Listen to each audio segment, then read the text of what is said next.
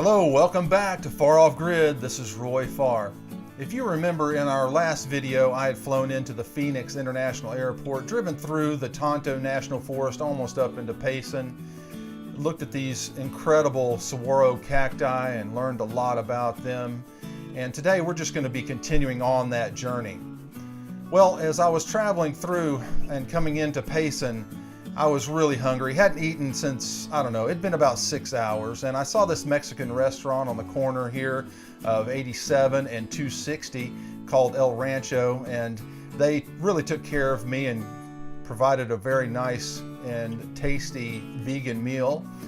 And from there I just hopped on to 260 and started heading on across east towards Show Low.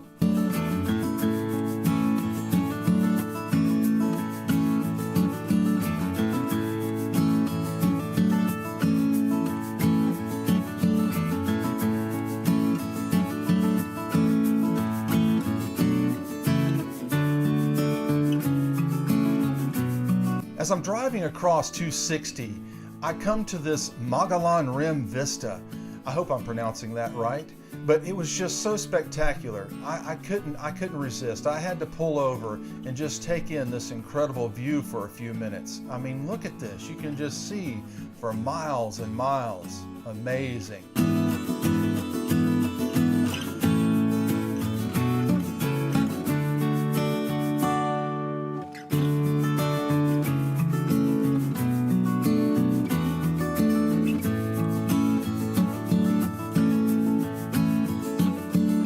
This is very beautiful, but I better get back on the road before it gets too late. I gotta get to Show Low.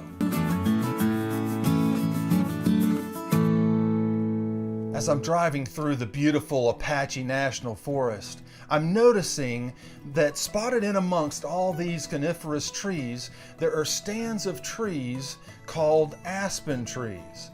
Now I want to share with you a few facts about the aspen tree that, well, maybe you haven't heard of before. Did you know that the aspen trees are also called quaking aspen or trembling aspen?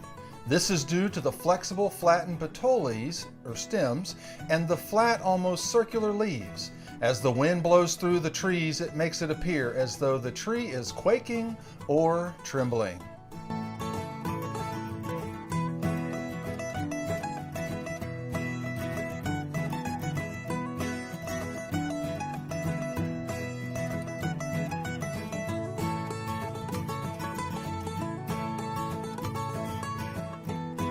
In the fall, they are most striking. The vibrant yellow in contrast with the tall, tube-like clusters of white trunks leave a lasting impression. Well, regardless of what comes to mind when you think of aspens, they hold the title of the most widespread tree in North America, from the Midwest, across Canada, north into Alaska, and across the west through to Arizona and New Mexico. Quaking aspens dot the edge of conifer forests in clusters or clones. We'll talk more about the clone aspect in just a minute.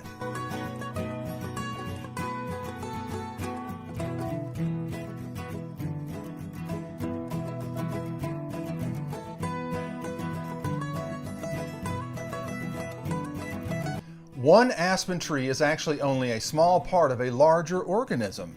A stand or group of aspen trees is considered a singular organism with the main life force underground in the extensive root system. Before a single aspen trunk appears above the surface, the root system may lie dormant for many years until the conditions are just right, including sufficient sunlight. In a single stand, each tree is a genetic replicate of the other. Hence the name a clone of aspens used to describe a stand.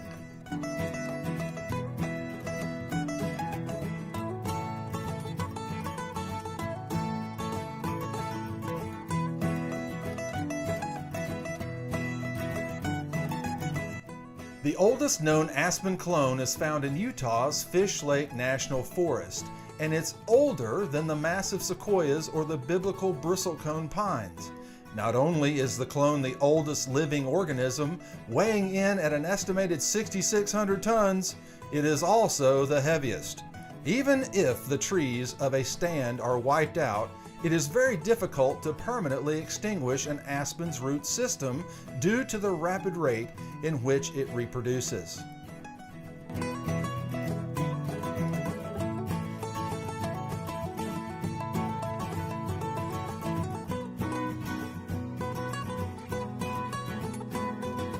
Aspens grow all the time, even in winter. Beneath the thin white outer bark layer is a thin green photosynthetic layer that allows the tree to create sugars and grow when other deciduous trees would otherwise be dormant. During hard winters, the green, sugary layer provides necessary nutrients for deer and elk. Throughout the year, young aspens provide food for a variety of animals including moose, black bear, beaver, porcupine, ruffed grouse, and rodents.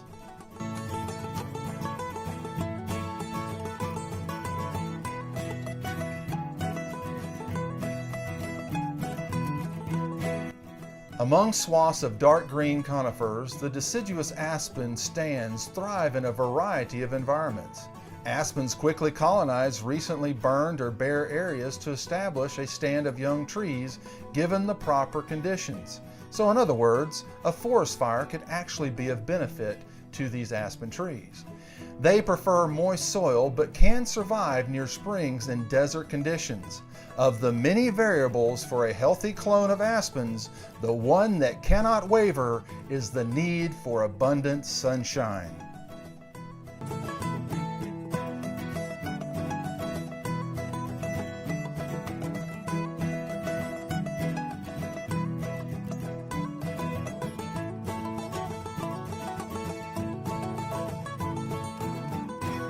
All right, welcome to Sholo. Yay, finally made it. And I'm looking at this sign and I'm noticing that there's a deuce of clubs playing card on the sign. I wonder what that's all about. And it also says it was established in 1870. Well, come to find out, there's some fascinating history behind all of that, and I'll get to it in just a few minutes. But let's start by taking a little tour of the town, shall we? Okay, so Sholo's a fairly small town. It has a population of about 12,000 people. But to the south, there is another town called Pine Top Lakeside, and their population is about 5,000. So fortunately, with the combination of the two, we have enough populace here that we can have big box stores like your Home Depot and Lowe's and Walmart, and there's also Safeway supermarkets, and there's even a pretty decent sized hospital here. So I think, living out in Concho, that's only 45 minutes away, I really believe we'll be able to get all the supplies and things that we need, no problem.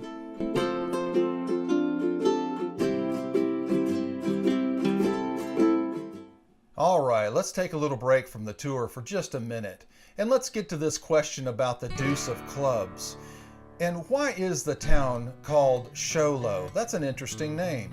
Well, according to a legend, early-day settlers Corydon E. Cooley and Marion Clark were equal partners in a 100,000-acre ranch. Living among the lush green ponderosa forest land along Arizona's Mogollon Rim, the two became concerned about one encroaching on the other's privacy. Perhaps on a clear day, one could see a wisp of smoke rising from another's country. Whatever the reason, Cooley and Clark agreed it was getting too crowded and one of the two parties had to move. Yes, of course, there's more to the story, and we'll get back to that in just a minute. For now, let's look at some more of this little town called Sholo.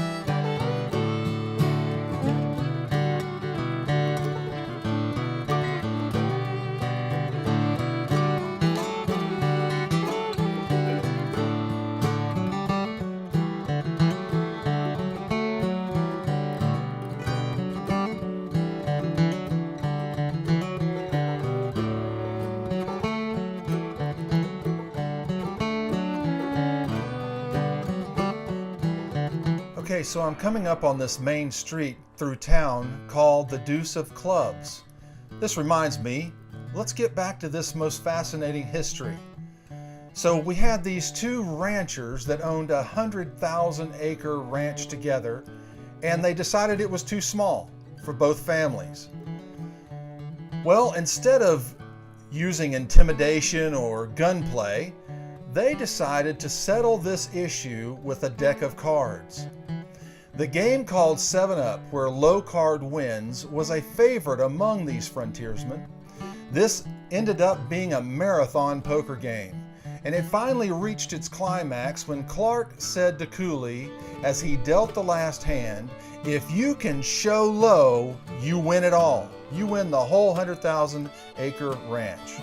At this point, Cooley turned up the Deuce of Clubs, the lowest possible card in the deck, and declared, "Show low it is."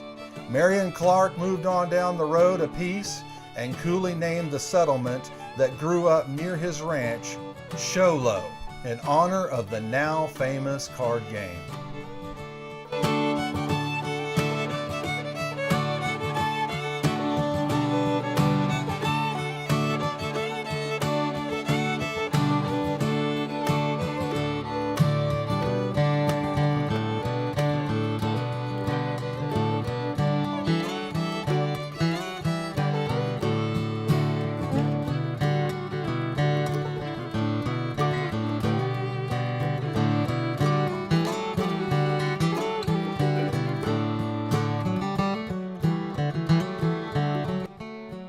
Now, everything that you're seeing right now, and also for the past minute or so, has been on the main highway that runs through the town of Show Low.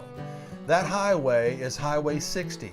Highway 60 comes out of New Mexico, and it goes through Springerville and then through the mountains and drops down into Phoenix and all the way out almost to California, but it dead ends into Interstate 10 just a few miles before you go into California.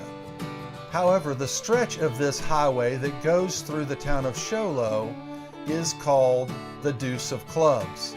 Another little interesting side note is that whenever there's a runoff for mayor, the two political opponents will sit down with a deck of cards.